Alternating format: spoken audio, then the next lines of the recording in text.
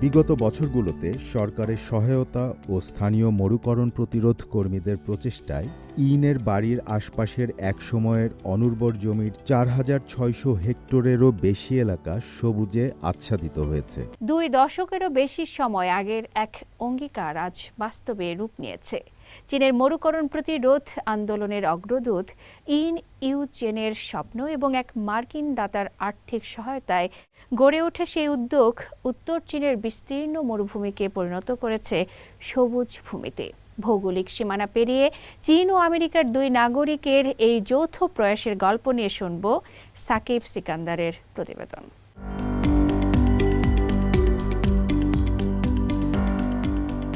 2 দশকেরও বেশি সময় পেরিয়েছে।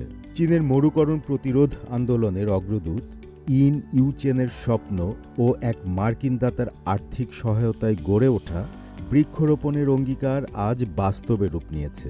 তাদের সেই উদ্যোগ উত্তর চীনের বিস্তীর্ণ মরুভূমি এলাকাকে সবুজ ভূমিতে পরিণত করেছে।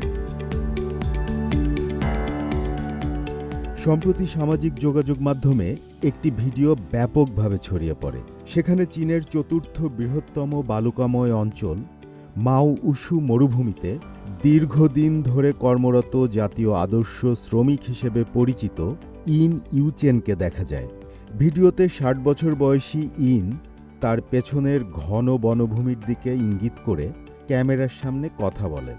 ভিডিওতে তিনি 20 বছরেরও বেশি আগে তাকে ও তার স্বামীকে গাছ লাগানো এবং মরুকরণ রোধের কাজে সহায়তা করার জন্য $5,000 মার্কিন সংগ্রহকারী মার্কিন শুভানুধ্যায়ী রোনাল্ড সাইকোলস্কিকে খুঁজে পাওয়ার আশা প্রকাশ করেন। সাইকোলস্কি চায়না মিডিয়া গ্রুপকে দেওয়া এক সাক্ষাৎকারে জানিয়েছিলেন, তিনি 1999 সালে একটি বিনিময় কর্মসূচির শিক্ষক হিসেবে মধ্য চীনের লুইয়াং শহরে এসেছিলেন। সেখানেই তিনি টেলিভিশনের একটি সংবাদ প্রতিবেদনে প্রথম ইনকে দেখেন। সেই সময় ইন ও তার স্বামী মরুভূমির প্রান্তে প্রায় 2,000 হেক্টর জমিতে গাছ লাগিয়েছিলেন। ইনের এই অসাধারণ প্রচেষ্টায় মুগ্ধ হয়ে সাইকোলস্কি তাদের দিকে সাহায্যের হাত বাড়ানোর সিদ্ধান্ত নেন। 1999 সালের অক্টোবর থেকে তিনি যুক্তরাষ্ট্রের বিভিন্ন প্রতিষ্ঠানে ইমেল পাঠিয়ে অনুদান সংগ্রহের চেষ্টা শুরু করেন এবং শেষ পর্যন্ত $5,000 মার্কিন সংগ্রহ করতে সক্ষম হন।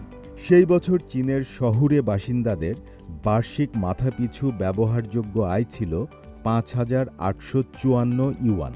তাই ইনের কাছে $5,000 মার্কিন ছিল এক বিশাল অঙ্কের অর্থ। সেই সময়ের স্মৃতিচারণ করেন ইন। আমি যখন ব্যাংকের টাকা ভাঙাতে গিয়েছিলাম তখন তারা আমার সামনে 30,000 ইউয়ানেরও বেশি নগদ টাকা গুনে দিল। আমি ভয় পেয়ে গিয়েছিলাম, কারণ জীবনে এত টাকা কখনো দেখিনি। তাই সঙ্গে সঙ্গে 50,000 চারা কিনে ফেললাম। দ্রুত বাড়ি ফিরে কিছু লোক জড়ো করলাম এবং আমরা অবিলম্বে গাছ লাগানো শুরু করলাম। 2000 সালের বসন্তে সাইকোলস্কি উত্তর চীনের সালাউসু গ্রামে ইনের সঙ্গে দেখা করতে যান। কঠোর প্রাকৃতিক পরিবেশ এবং ইনের দৃঢ় সংকল্প তাকে বিস্মিত করে। আমরা মরুভূমির মাঝখানে গিয়ে থামলাম। চারদিকে শুধু বালি, কোনো রাস্তা নেই, কিছুই নেই। এরপর আমরা তার বাড়িতে গেলাম আর আমরা দুজন মিলে সেই চারাগুলো মাটিতে রোপণ করলাম।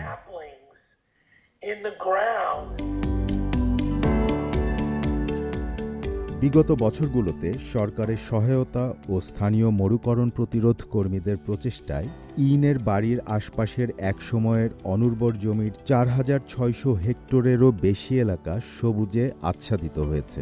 সেখানে 80 লক্ষেরও বেশি গাছ রোপণ করা হয়েছে।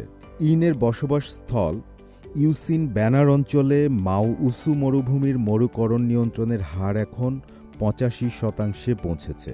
সাইকোলস্কির কণ্ঠে এখন স্বপ্ন পূরণের সুর। ভৌগোলিক সীমানা পেরিয়ে চীন ও আমেরিকার 2 নাগরিকের এই যৌথ প্রয়াস আজ বিশ্ব জলবায়ু পরিবর্তনের বিরুদ্ধে এক অনন্য উদাহরণ। মাও উশু মরুভূমির এই বিশাল বনভূমি ভবিষ্যৎ প্রজন্মের জন্য বেঁচে থাকার এক নতুন প্রেরণা। সাকিব সিকান্দার, সিএমজি বাংলা।